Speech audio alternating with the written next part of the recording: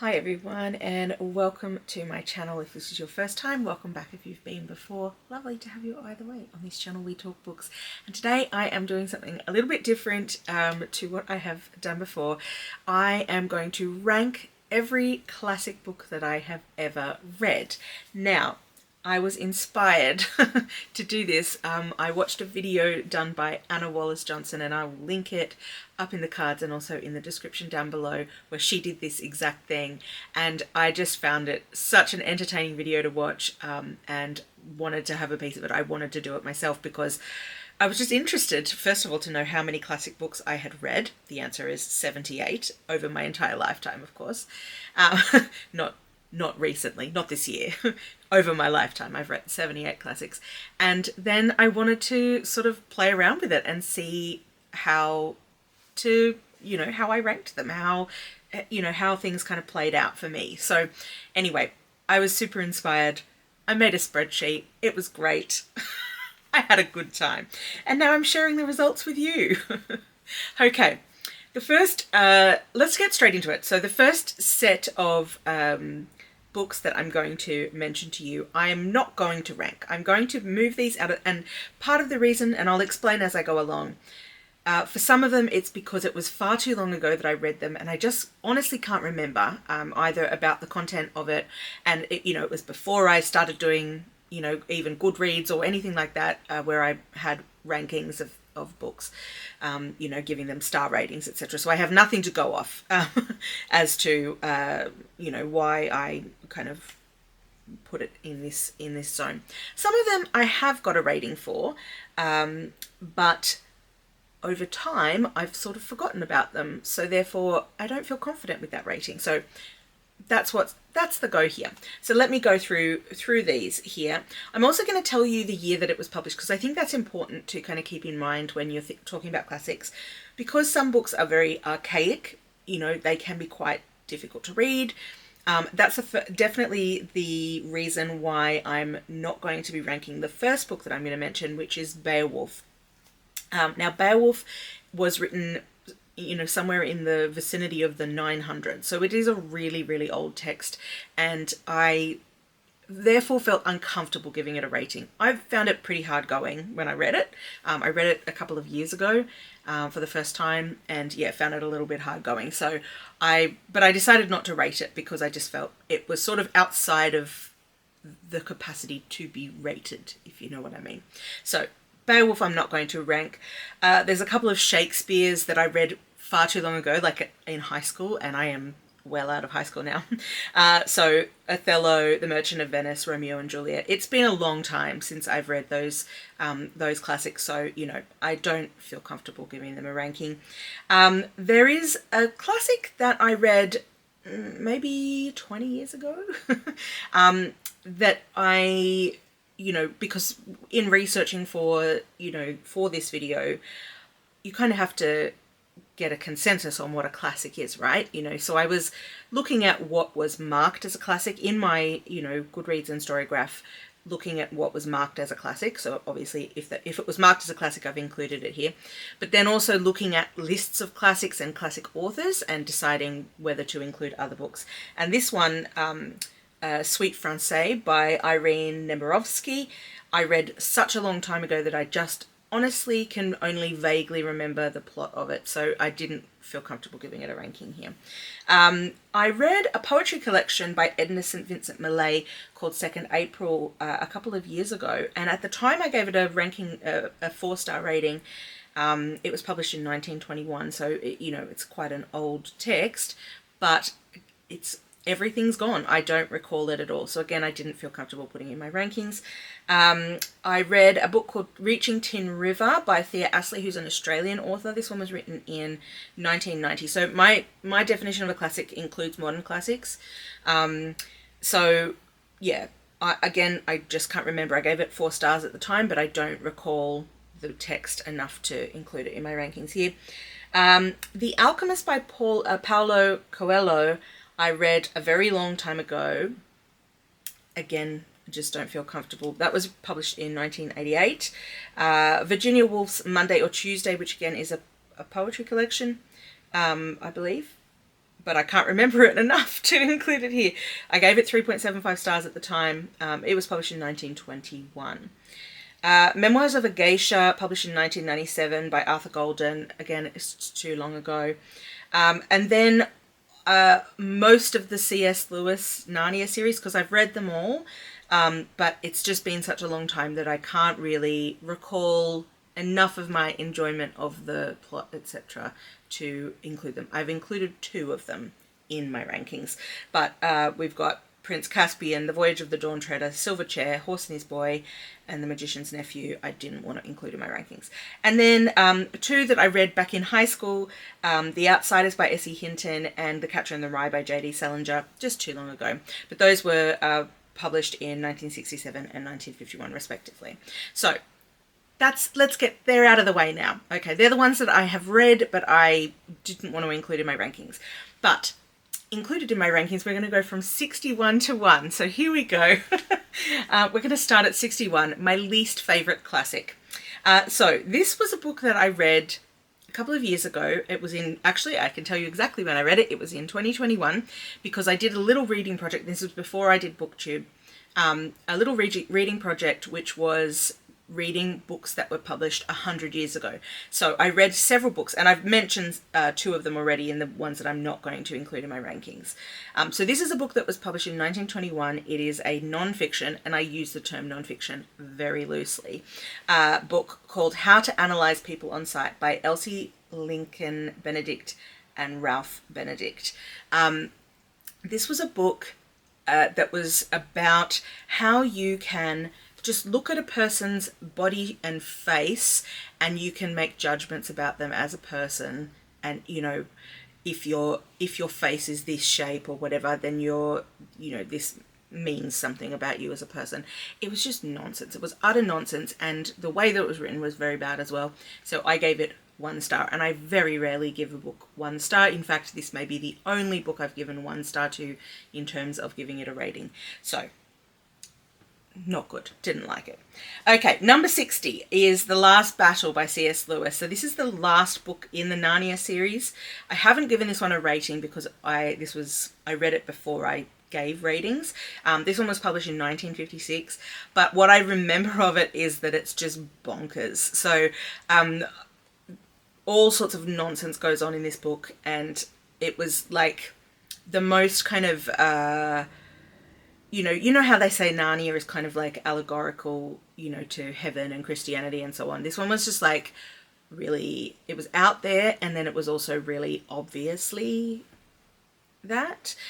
So it made it less enjoyable to read. So anyway, that's why I've given it the ranking of number 60 in my list.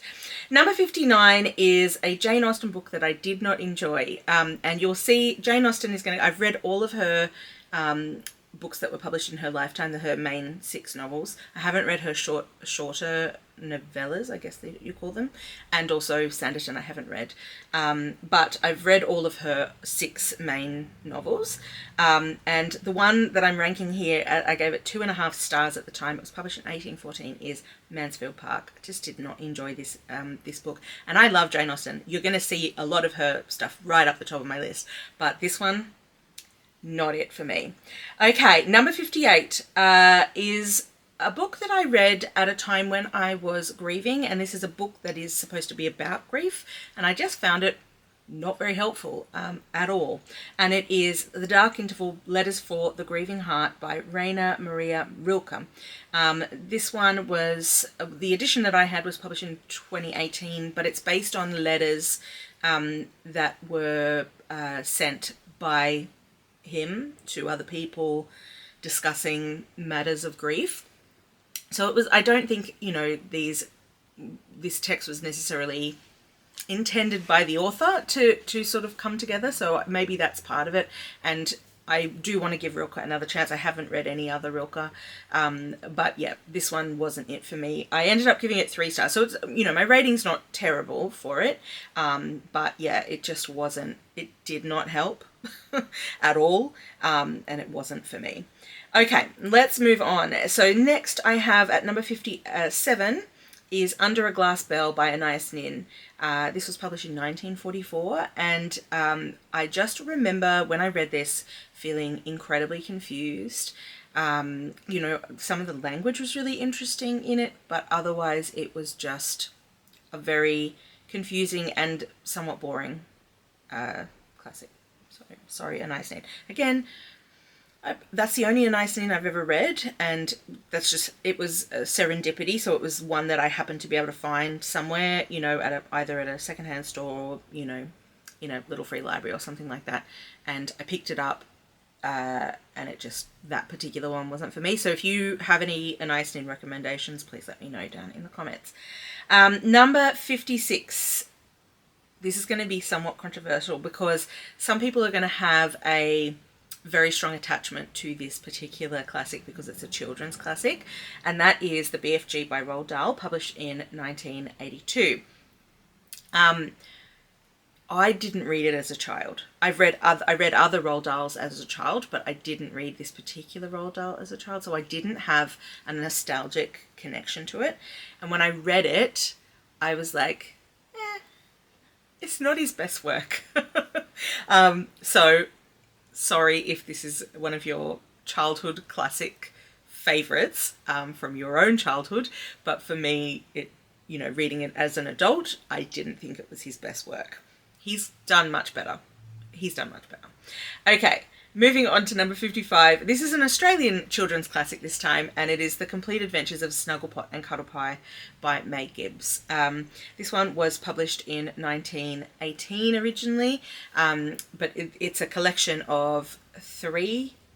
So basically it's all of the Snugglepot and Cuddlepie stories. So there's 3 of them, I believe, if memory serves. I read this one last year for my Reading Australian Books challenge that I did. So this was a childhood classic that I read. And it's weird. It's just weird. Not everything kind of works from a modern reader's perspective, I feel. So, yeah, it just wasn't what I was anticipating. And again, not something that I read in childhood myself, so I didn't have that nostalgic connection to it. Okay, number 54 is A Modest Proposal by Jonathan Swift. This was published in 1729.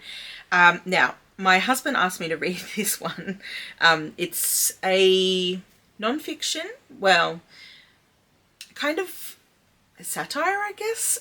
So he's writing he's essentially, if my memory serves me correctly, it's an essay on why we should eat, or why poor people should eat their children. I don't know.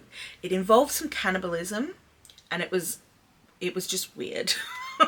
It's a weird text, and I have no idea why my husband wanted me to read this book. But yeah, it was definitely, it was out there. It was very out there. Let's move on. Okay, the next one is an Australian classic that I read back when I was at uni for the first time. So this was quite some time ago. But it is Come In Spinner by Dimphna Cusack and Florence James. This is an Australian classic, and it is a very long book. I'm just looking at my copy of it sitting up on the shelf. Yeah.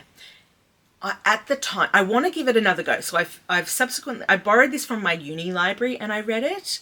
I don't know, I just sort of got it in my head that I needed to read this book, and I did. It's very, very long. But I've acquired a copy for myself because I do want to revisit it now that I'm older, because I think I will understand it better. But you know, I'm going here on vibes. Basically, this list is vibes alone decisions about, you know, about these books. And if I were to do this on a different day, maybe my rankings would be different. But I read it a long time ago when I feel a different person. So I do really want to revisit this one again, because I think I would come at it differently. But for now, this is where it's sitting.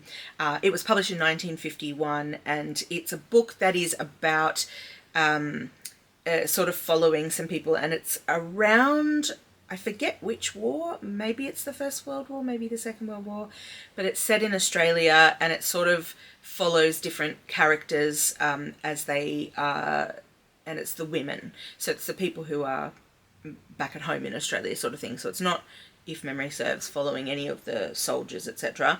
But it's sort of exploring the lives of these women in those kind of times. So I think now that I'm the age that I am, going back to this book would be good, I think. So I will hopefully at some point give it a try.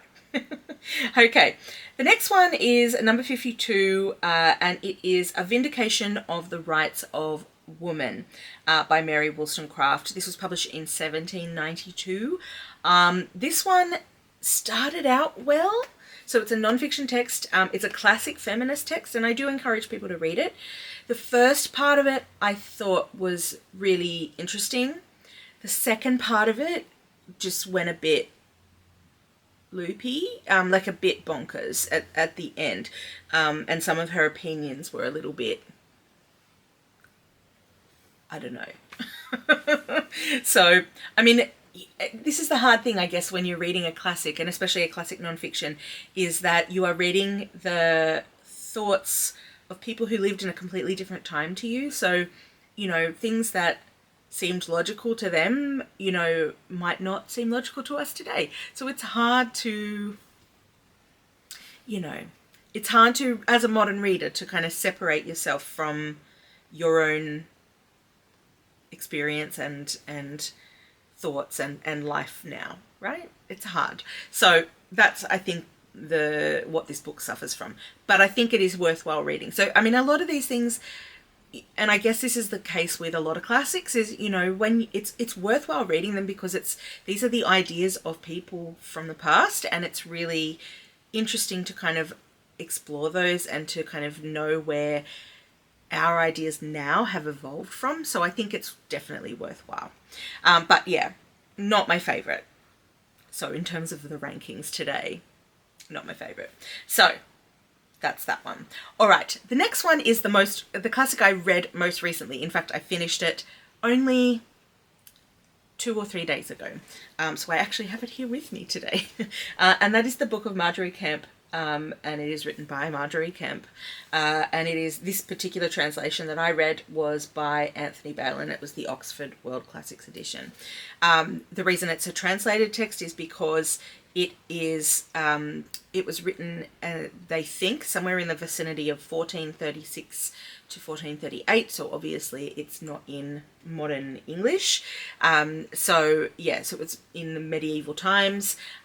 So it has to be translated for modern readers.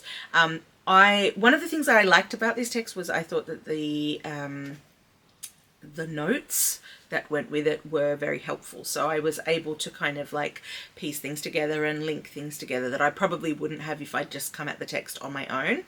So that was quite a helpful thing to be able to have here. However, again, this is an archaic text, so it was written in medieval times.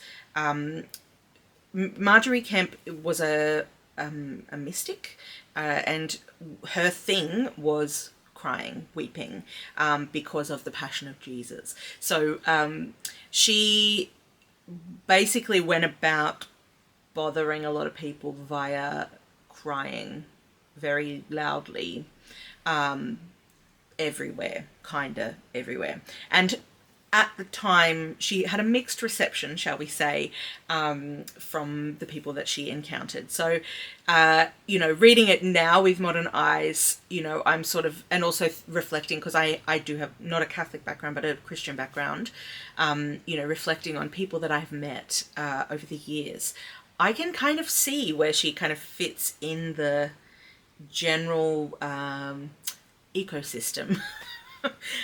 Even of modern Christianity. Like, I've met women like her in the church over the years. So, like, yeah, it was interesting to kind of see this person. And I guess the other thing too is this is sort of what is considered to be the earliest known autobiography that we have access to. So it's fascinating from that point of view.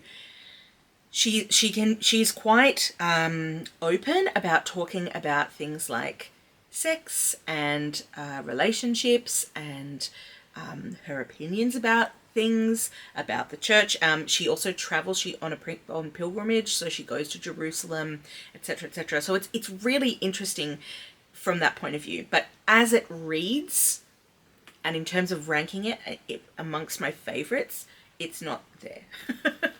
It's a hard read. It was not an easy read. So yeah, it was not exciting. But again, much like the Mary Wollstonecraft Vindication on the Rights of Woman, it's sort of I'm glad that I read it. I'm glad I read it. I think it was an important text to read, and I'm glad that I know about Marjorie Kemp now. I'm not going to reread this one. You know what I mean? Yeah. So that's that one. So that one, I think, where did I have that one? 51. Okay, so now we're in the top 50. So exciting. All right, the next one is another Australian classic. This is a sort of middle grade, I guess you would probably call it, Australian classic called Playing Beady Bow by Ruth Park. It was published in 1980. So this is all about a girl who goes through time. So there's sort of a kind of time overlap situation.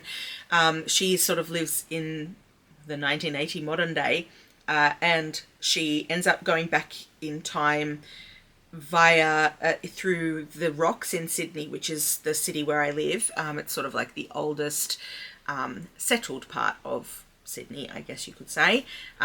So it has quite a long history of, you know, industrial use and so on. And it's right on the harbour, right near the city. So yeah, it's sort of that's one of the things that's good about this book, is like it's a really interesting kind of look at the evolution of a place and sort of how it was used over time and what's changed, you know. So that was very interesting about this book. However, and most of the way through this book, it's interesting. The main character's a little bit annoying. So if that's not your thing, then maybe this is not for you. But then the ending kind of spoils the book in the sense that it's stupid. So that's why this is ranked number 50. But yeah, I gave it 3 stars at the time. It was fine, but it was like, it could have been better. Okay, moving on. Let's move on to a classic that I read back in school that I remember loving. So I'm including it here in my rankings. I think if I reread it, it may end up going higher, potentially, or maybe lower. Who knows? But I read this when I was like, I don't know, 15. So a long time ago. And that is Under Milkwood by Dylan Thomas, published in 1954. I remember at the time really engaging with this text. It was one that we studied at school, and I really, really loved it. So I have acquired myself another copy of it so that I can revisit it at some point, which I would really like to do because I really did enjoy it. I think I listened to this as like a radio play. I don't know if that's what it was initially intended to do, to be a radio play. But there's also a film version as well if you want to engage with it, which I really enjoyed at the time. But it was a long time ago. So I really do want to revisit it, but at the moment it's sitting at number 49. Okay, number 48 is another Australian classic, and that is Picnic at Hanging Rock by Joan Lindsay. This one was published in 1967, and it is about, it's set a long time ago, and it is about this sort of girls' boarding house, boarding school kind of situation in the country, and they go on a school picnic to this place called Hanging Rock, which is a real place, and some of the characters go missing. So it's sort of then about what happened to them and trying to like find clues as to what's happened to these missing people. So yeah, it was enjoyable for what it was, but yeah, it had some weird elements to it that didn't quite work for me. Also, there were some things that I found a little bit unbelievable, including how insipid some of the girls at the boarding house were. Like, I just don't believe that girls are like that, you know, even in the past. I don't know. It just didn't quite sit right with me. So it was, I'm glad I read it. Again, it's a classic, but I probably won't be rereading it. Okay, moving on. Now we've got another classic Jane Austen book here at number 47. And I know this will be controversial because I know this is some people's favourite Jane Austen, and that is Emma, published in 1815. This, I think, for me was a case of modern eyes on an archaic text, you know. Part of it was to do, and like if you've seen the Emma films, you'll know what I'm talking about here, because you know who she ends up with at the end, which is a person who has sort of been like an uncle figure to her. So it's like a real grooming situation, and I couldn't look past it with my modern eyes, you know, like it just, maybe at the time that felt appropriate and like a positive thing, but to me as a modern reader, I was just like, red flag, red flag, red flag. You know, I wanted to ship the relationship, but I just couldn't. I'm so sorry. And I'm so sorry for people who, I don't want to spoil it if it is your favourite Austen. But that's where it was for me, and that's why it's down so low. Okay, the next one is, again, going to be controversial because I know a lot of people love this classic, and that is The Picture of Dorian Gray by Oscar Wilde. I've got that at number 46. It was published in 1890. And the reason that I didn't enjoy this is that the characters are just terrible. They're just not good people, and that's not necessarily because there will be a book that's coming like right near the top that had characters I did not get along with that I really loved as a book, and I still was rooting for those characters, but for this one I was not rooting for them. I did not, you know, they just were insipid characters who carried on, and it just wasn't for me. I'm so sorry if it's one of your faves. Okay, next one is another Australian classic, and that is My Brilliant Career by Miles Franklin. Again, this was published in 1901, and again, I think for this one it's just the length of time between now and when I read it, because I read this one quite some time ago, perhaps when I was back in my early 20s, I think. So it's just been too long. It probably would move one way or the other. But this is kind of like the quintessential classic Australian text. So, yeah, I really should revisit it. I should reread it at some point.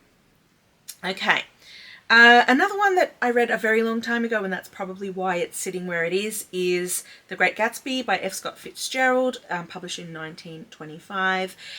This is obviously a classic that a lot of people love and have read, so I probably need to revisit it at some point. And I do have a very nice edition. I'm just going to quickly... Yes, here it is. It's right here. I have this gorgeous edition that's like... It's got like gold foil edges... Gold foil edges, gold spreads, kind of like the Bible. So yeah, probably I will revisit this at some point, because I have such a nice edition of it to read, and hopefully it will be, it'll move up maybe. I just probably need to get to it again. Okay, so that's why that one's there.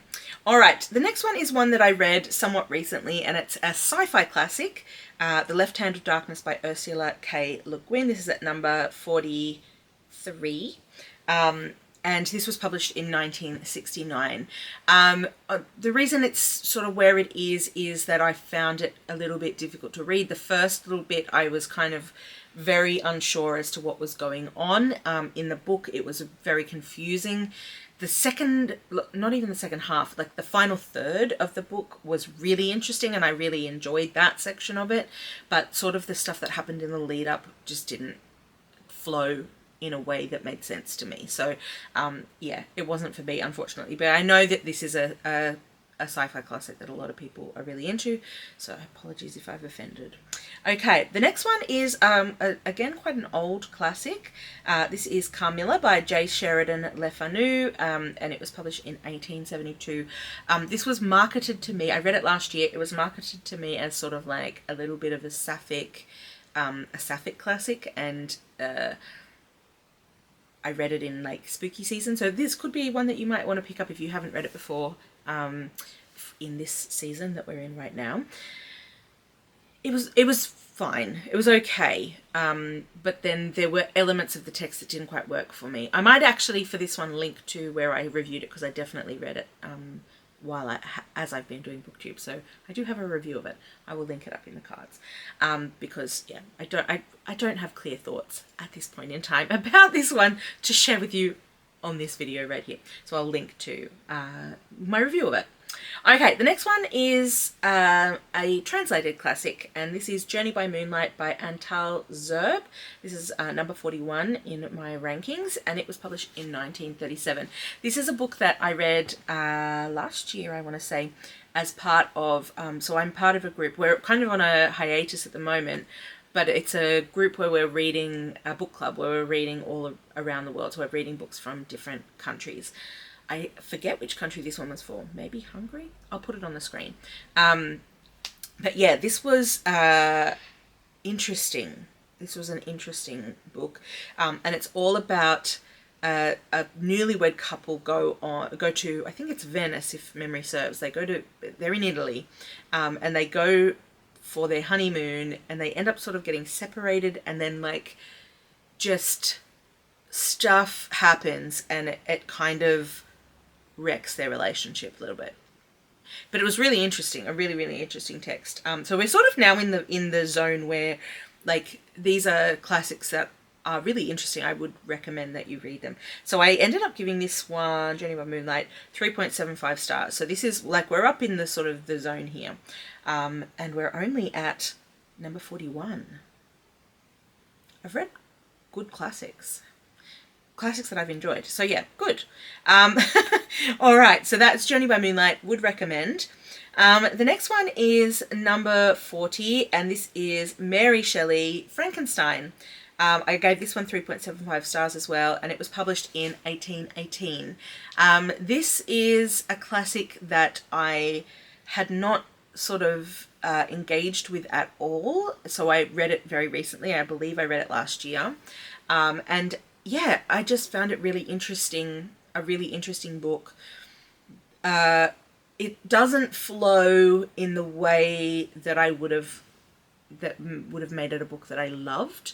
But I think it is an important book, and so much, like, there's so much kind of pop culture, and it's kind of like reading the Bible. Like, you know, even if you're not a religious person, it's good to do it, because there's so many like cultural references to it that it's worthwhile having that in your brain so that you can kind of get those layers.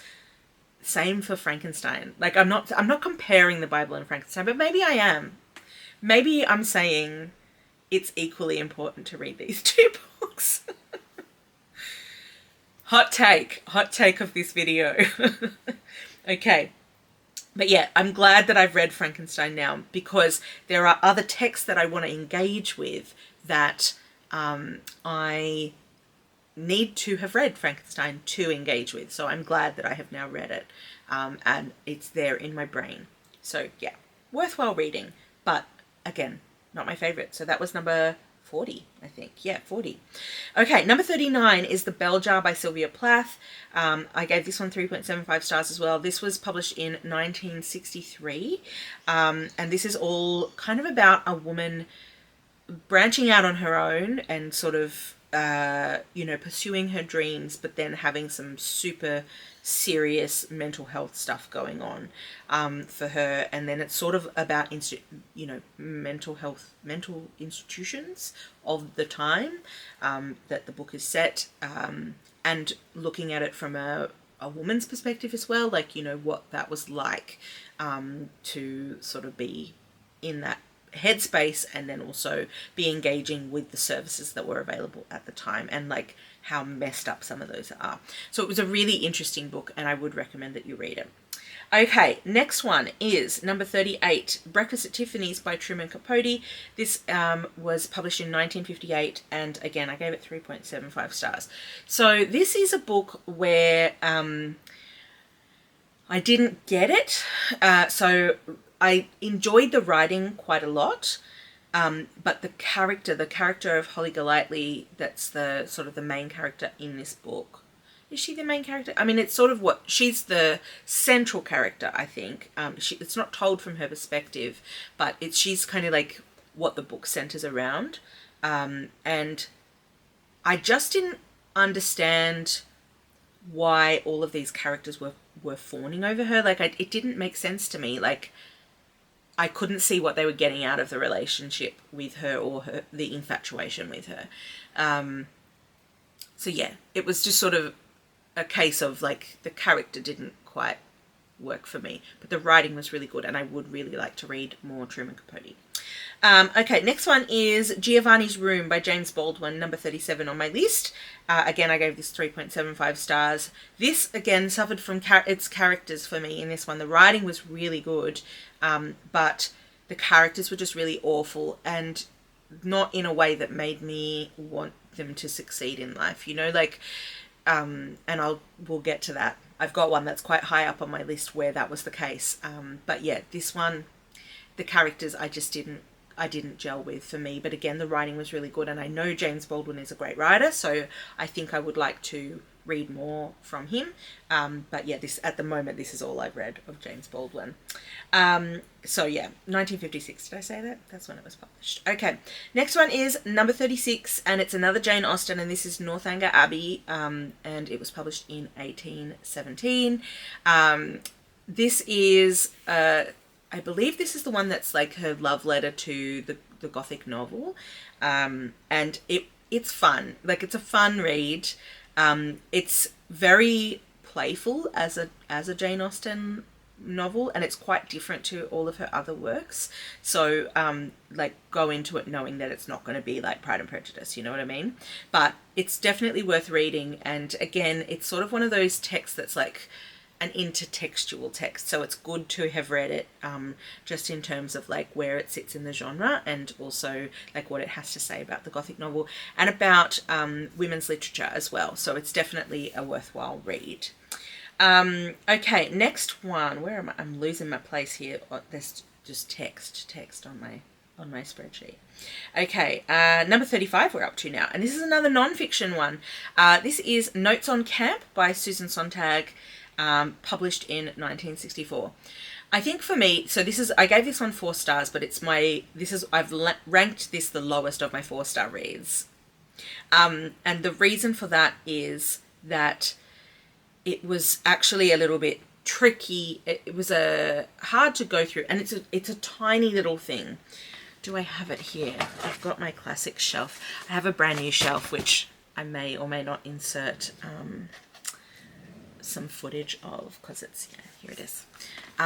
It's a tiny little thing. Like, it's a part of the Penguin Modern essay collection. So it's 2 essays, I think. Maybe just 1 essay about, no, it's 2. So it's Notes on Camp and One Culture and the New Sensibility. And she's sort of just exploring what camp is, like what it means to be camp, and like the history of camp, and, you know, that sort of thing.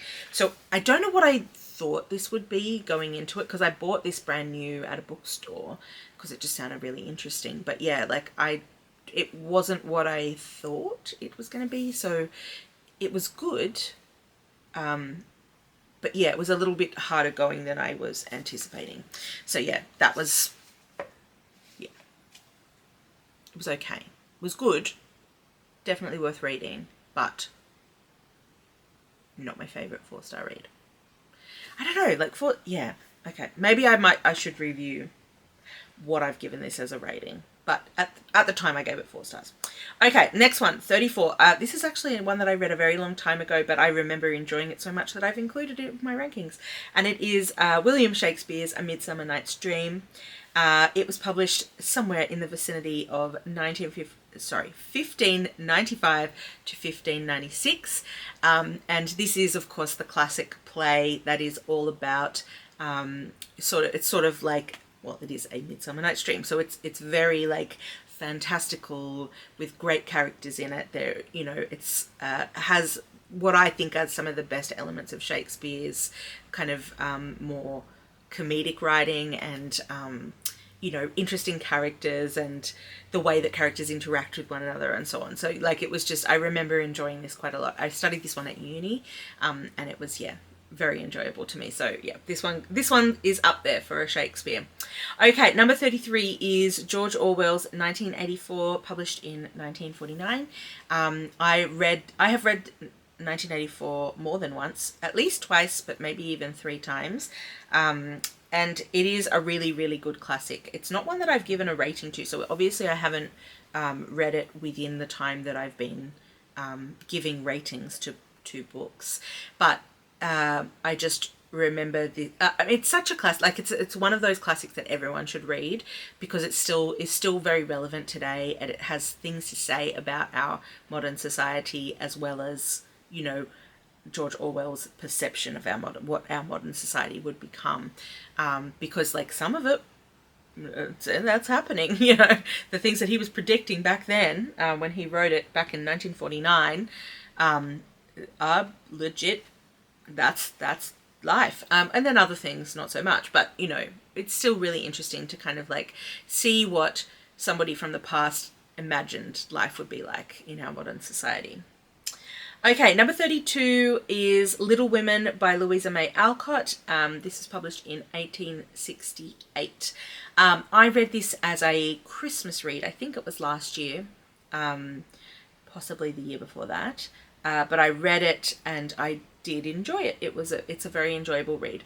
I think the only thing that sort of brings it down a peg from being maybe a 5-star read would be that it has some sort of like moral stuff in it that's a little bit preachy. But yeah, they're great characters, and, you know, I really enjoyed reading it. And, you know, when you get to the sad bits, it is genuinely sad. Like, there's genuine tears. And yeah, it's such a good book. I would highly recommend. It's good. Okay, number 31 is The Jungle Book by Rudyard Kipling. This was published in 1894, and this is we're in the 4-star read section here. So this was one that was a little bit unexpected, I think. I had a copy of the Just So stories when I was young. Actually, have I included those here? I probably haven't. Maybe there's an extra classic in there. But The Jungle Book I had not read. Obviously, I'd seen the Disney film from back in the day. That's definitely a memory from my childhood. But the book is really different to that. Like, obviously, it has the character of Mowgli, but he's so different to the Disney version. And, like, the interactions of the animals are really, really interesting. So it's, like, from an intellectual perspective of, like, sort of grappling with your Disney memory versus the book kind of thing. It's interesting. It's like a really interesting kind of intellectual exploration, I guess, to kind of, you know, be like, how did they get this from this, like from the source material? So yeah, it's interesting. Definitely worth a read. Hello. My battery died. So if I look a little different and the angle of the camera is a little different, my apologies. It's because literally like 3 hours have passed, maybe more. Had like a big long conversation with my sister on the phone. I finished a puzzle. Like, some stuff has happened. Okay, where were we? I think we were up to the top 30 of the countdown of the best classics that I've read. So let's get back into it. Number 30 is Roald Dahl, James and the Giant Peach. And this was published in 1961. I gave it 4 stars when I read it most recently. This, I think, is a much better Roald Dahl book than the BFG. I think it achieves what it sets out to achieve. It is about a kid who finds himself a big giant peach, and inside the peach are living a bunch of insects, and they go on an adventure. And it's a successful Roald Dahl book. Highly recommend. Okay, number 29 is another Australian classic, and this is Storm Boy by Colin Teeley. This was published in 1963, and it is all about a boy and a pelican that he sort of is involved in rescuing. When I think it gets tangled in fishing lines and that sort of thing. And it's sort of like about their relationship, but it's also about this kid and his relationship with his father, and, you know, the landscape in which he lives. So it's a really interesting Australian classic, highly recommend. The next one, 28, is a Georgette Heyer book called A Christmas Party. It was written in 1941. Again, I gave this one 4 stars, and it is a fun mystery. I really like Georgette Heyer. That was the second Georgette Heyer book that I had read. And there's another one coming up in the top 30. And it is all about this, as I say, it's a mystery set at Christmas time, where we've got like a bunch of people who sort of come to this big old mansion because they're invited, and also but they don't all have positive relationships with one another. So it's sort of this like whodunit locked room mystery sort of situation, and really enjoyed. Very, very recommended Christmas read if you're looking for a mystery for Christmas time that is enjoyable, and it's a classic to boot, so it's great.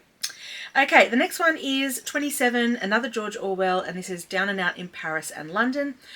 This was written in 1933, and it is a non-fiction book all about George Orwell's experience of being essentially homeless at times, having no money, working like really entry-level difficult jobs at that time, in like a restaurant, washing dishes and sort of all of those kind of things, barely scraping by, surviving essentially, starting out in Paris and then moving back to London and sort of being homeless in between kind of jobs.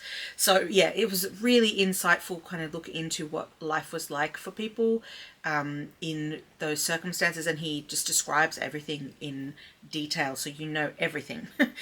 So yeah, it's full on, but really, really worth the read. And number 26, we've got C.S. Lewis, The Lion, the Witch and the Wardrobe, the classic, 1950 it was written. And this is, I think, the best of the Narnia books. It has the best sort of character and story arc for the main characters. And it's the one we all know and love. So yeah, no more needs to be said, I think. All right, number 25 is an Australian classic again, and this is Seven Little Australians by Ethel Turner. This is a book that will break your heart. It's really good. And again, it has this real sense of time and place, and you just sort of really get to know the characters of these children who are living, and it's sort of at the...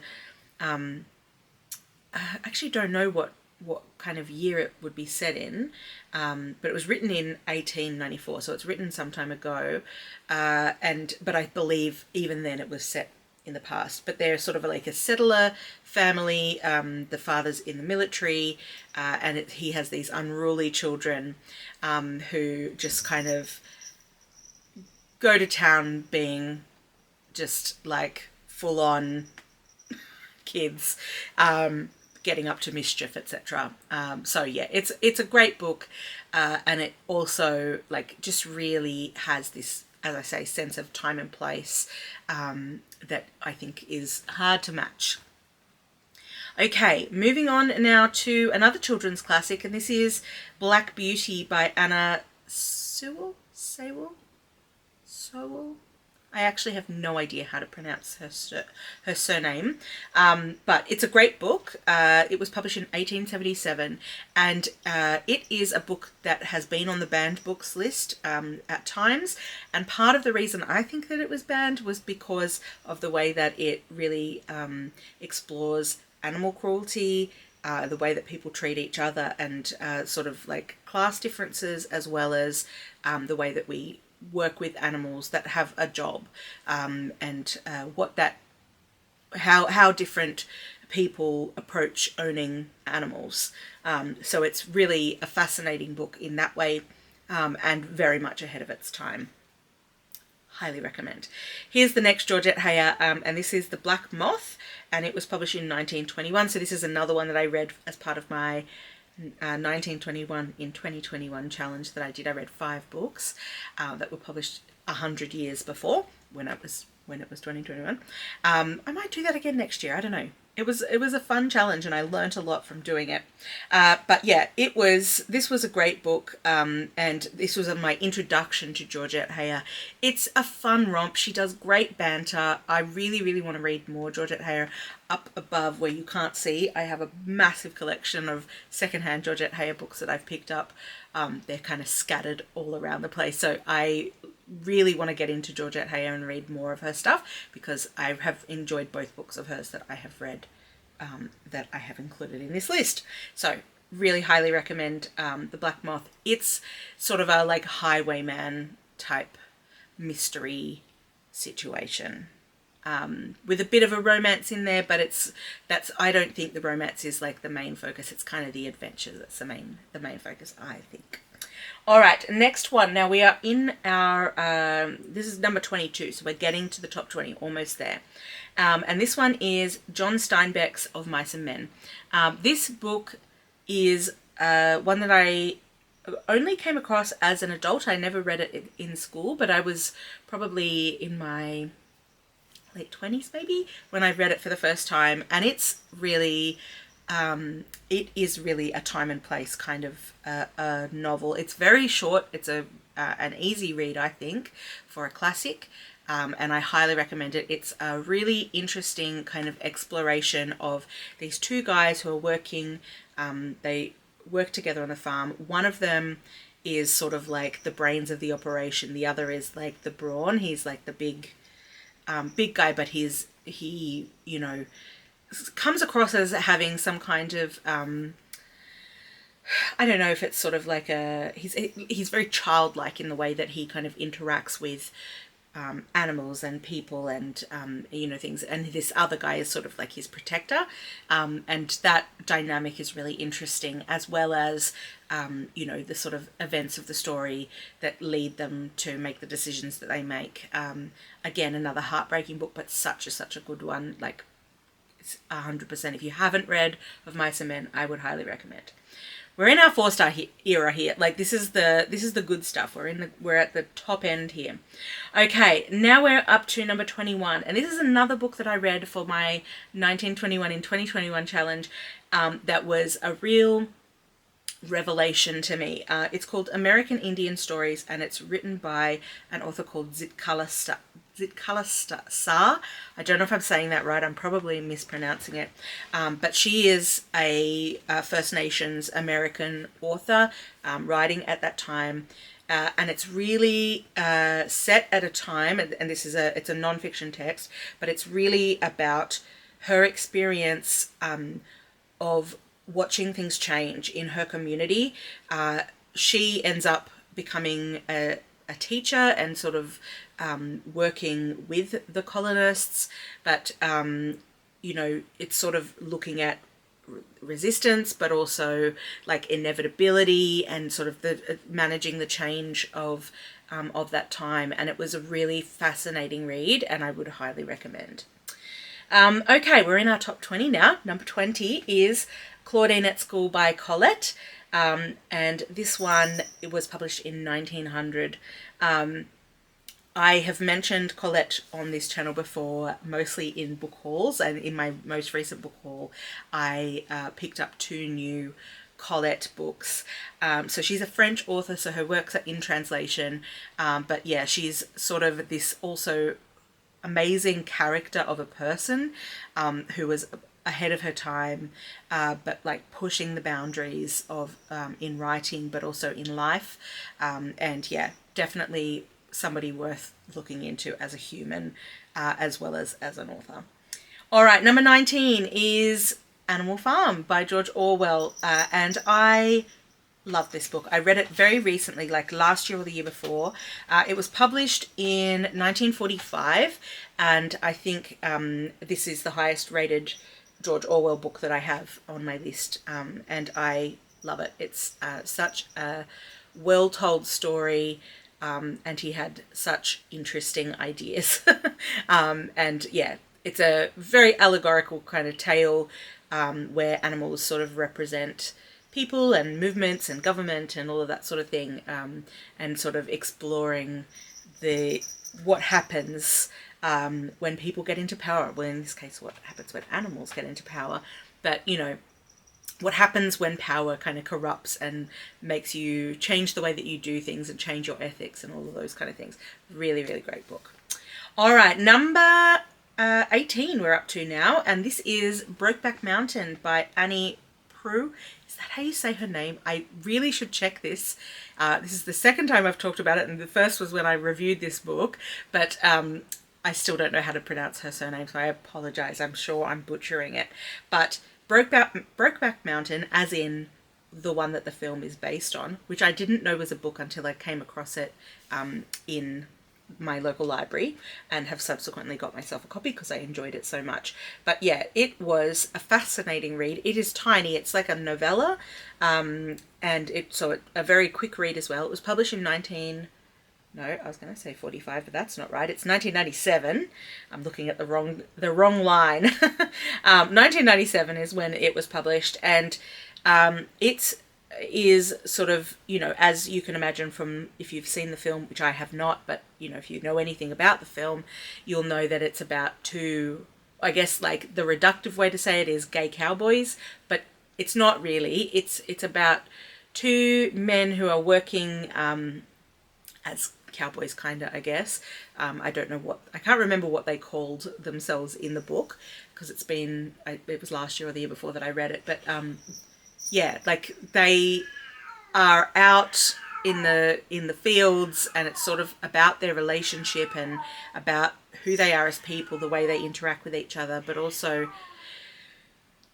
this guy, my cat yowling. Are you okay, Charlie? I think she's okay. Yeah, so it's about their relationship and the way that they interact with one another, how things change for them. You know, the idealism of, you know, when you're in a time and a place, and then you go back to your real life and things don't feel the same. You know, it's sort of about all of those kind of things. So yeah, it's a really fascinating book, and I would encourage you to read it if you haven't already. Okay, let's look at number 17 now. This is actually another translated classic, I think. I think it was translated. But it is The Birth and Death of the Miracle Man and Other Stories by Albert Wendt. He is a Samoan author, if my memory serves. This is another one that we read with my Reading Around the World book club that I mentioned before. And this was a real surprise for me. We're up above 4 stars here, so this is 4.25 stars this book was for me. It was published in 1977, and it really just showcased the author's capacity as a writer. You know, the characters he creates, the situations he's describing. He's talking about, again, like that sort of intersection of colonialism and, you know, what happens to cultures due to that and what changes for them. So it's a really fascinating collection of stories and about really interesting characters. So yeah, really highly recommend that one. Number 16, we've got another entry from Jane Austen, and this is Sense and Sensibility, another 4.25 stars from me. It was published in 1811, and we all know the story of Sense and Sensibility. We've all seen the film. I would have to say probably of the films of Austen, that's probably one of my favourites. It'd be up there. So, yeah, it's a great story, and I really enjoyed reading it, but it's not my favourite. More to come. Okay, number 15 is The House of the Spirits by Isabel Allende. This is another one we read with my Round the World book club. It was published in 1982, and again I gave it 4.25 stars. This had a highly unlikable character, really horrible person, as sort of like our main protagonist, but it was just so well written, and like what happens around him and the way that he affects people, and in, you know, impacts other people's lives for often the worse, but like, you know, how he sort of manages his own life and his affairs is just really, really interesting. And yeah, it was, it's a bit of a long read, but I think definitely worth your while. Okay, number 14, we're back to another children's classic this time, and it's Bridge to Terabithia by Catherine Paterson, published in 1977. The heartbreak of this book. It's beautiful, and Catherine Paterson is, I think, a really masterful children's author who just is able to capture what it's like to be a kid. I remember reading this as a kid and then rereading it as an adult, and it definitely stands up. So yeah, definitely worth your while. If you haven't picked it up in a while, go back and have a read, because it certainly stands up to adult reading. Okay, number 13, The Secret Garden by Frances Hodgson Burnett. This, we are now in the 5-star territory here, and it was published in 1911. This book, I have heard people talk about the privilege and the colonialism sort of themes that are in there.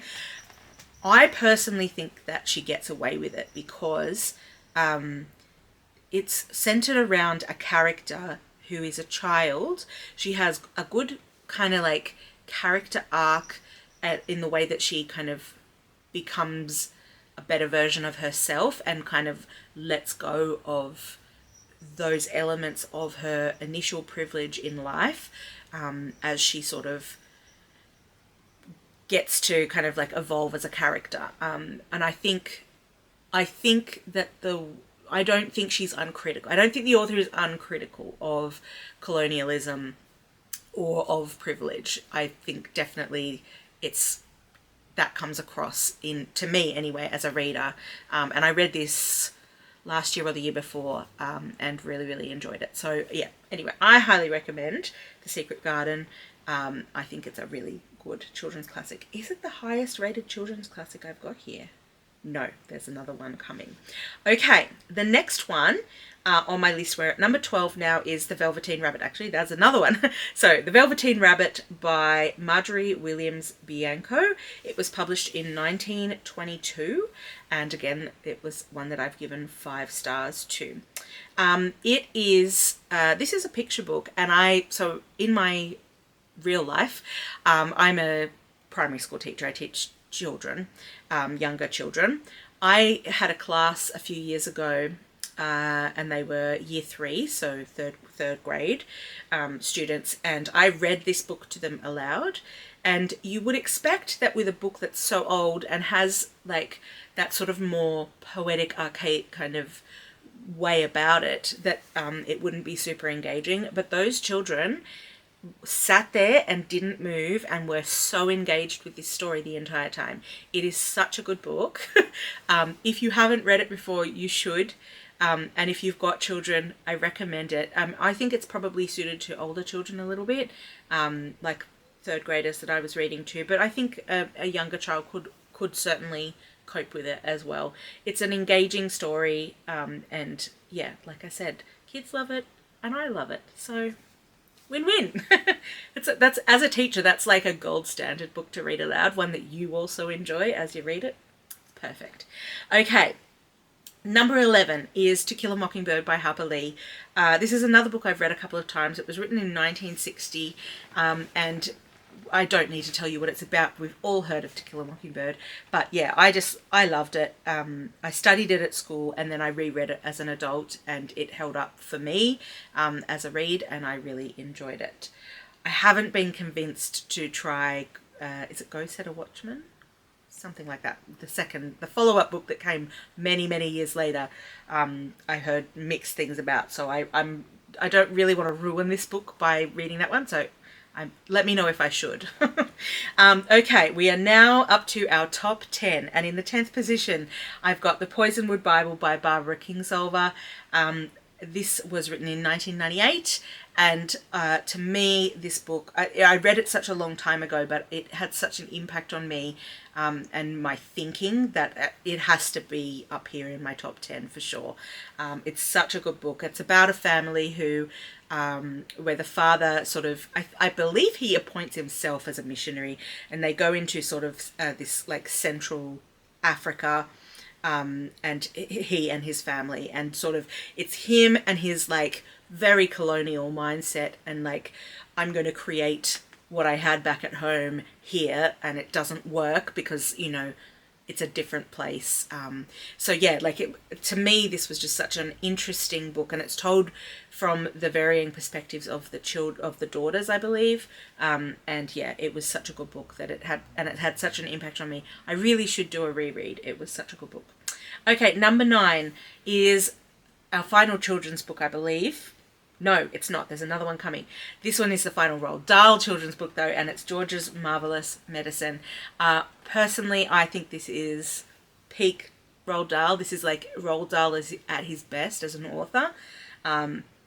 It just hits all the right notes. It's such an interesting story and like fantastical, but you go along with it, and it's great. I read it as an adult and I loved it. It was fantastic. Okay, number 8 is The Pillars of the Earth by Ken Follett. This was published in 1989 and has become a classic since then. It is about, essentially it follows the building of a cathedral. And the way when I read this book, I borrowed it off my cousin's wife, who had read it and was like, you would love this. And she was correct. It's a thick book, but I sat down and I read it in like a day, maybe a day and a half at most.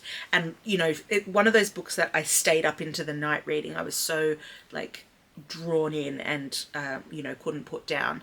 And even just the way that he describes aspects of like the like architecture of the cathedral and the building of the cathedral just was so fascinating to me. I think he did such a terrific job of this book. It's a saga, like it follows several generations, and it's definitely worth your while, if, you know, to kind of push through how thick it is. I should read, like, I'm going to say this about all of them. I should reread that. Like, it's been such a long time. I really need to read it again. Okay, next one. Number 7 is Things Fall Apart by Chinua Achebe. This one was published in 1958, and this is the only one that I've put up that I didn't give 5 stars to. I gave it 4.5 stars, but it has stayed with me to the point that I've moved it up above some of my 5-star reads in terms of my rankings, just because it had such an impact on me as a reader. If you haven't come across this one, you really should seek it out. It's a really interesting classic, and it's about, again, it's maybe this is just like what my brain likes to read, but like it's again that sort of interaction of colonialism and like the impact on communities and how things change. So, you know, we follow this character who is a leader within his community, and something happens and he has to leave his community for a period of a couple of years. He's sort of banished because of an accidental thing that happens. But he's following protocol, so he does that. When he comes back, things have shifted because of colonialism. You know, the way that his community works is not the same as it did when he was there before. So it's sort of like how things fall apart for him as a person, but also how his community is kind of falling apart and rebuilding itself. So yeah, it's a really great book. Highly, highly recommend. Number 6 is The Strange Case of Dr. Jekyll and Mr. Hyde by Robert Louis Stevenson. This was such a surprise classic for me. I wasn't expecting to love it as much as I did. It was published in 1886 and it is such a good book. I enjoyed the story so much. Like the way that he builds the suspense, the way the characters interact with each other. Like, it is just fantastic, and I highly, highly recommend. Now we have our top children's book, and this is at number 5, Catherine Called Beady by Karen Cushman. This was published in 1994. Recently, I believe it's been made into a TV show. I've never seen the TV show. The ads looked really good, which is what prompted me to read the book in the first place.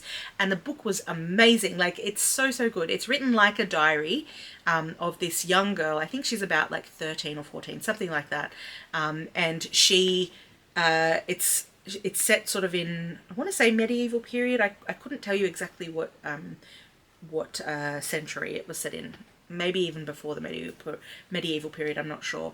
But she is the daughter of a man who is sort of a landowner, but they're not rich they're rich in the sense that they're landowners, but they're not rich in the way that they live, because he doesn't have, good management. He's not good income, etc., etc.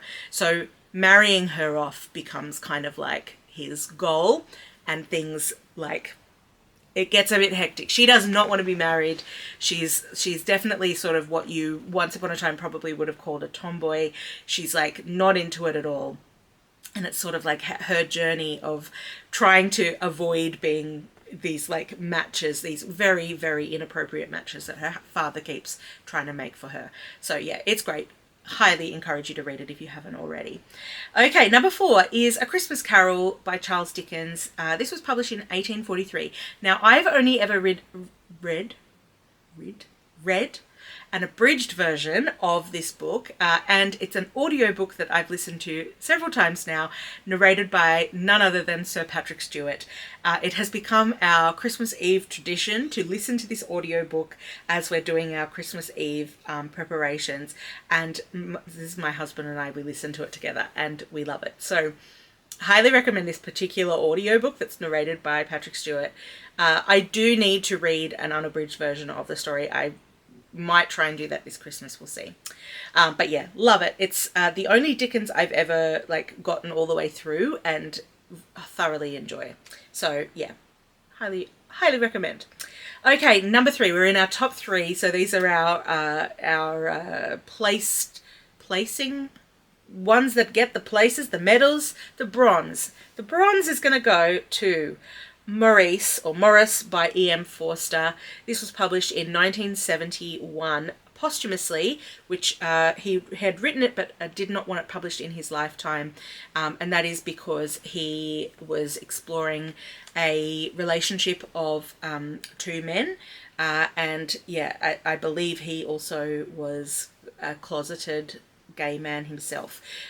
So yeah, this was the book that I kept referring to, where none of the characters in this book are likable. They're all not likable characters. However, E.M. Forster just did something amazing in the way that he makes you care, even though you don't like them.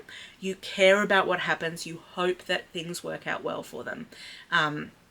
So yeah, like I can't recommend this book highly enough. It is amazing.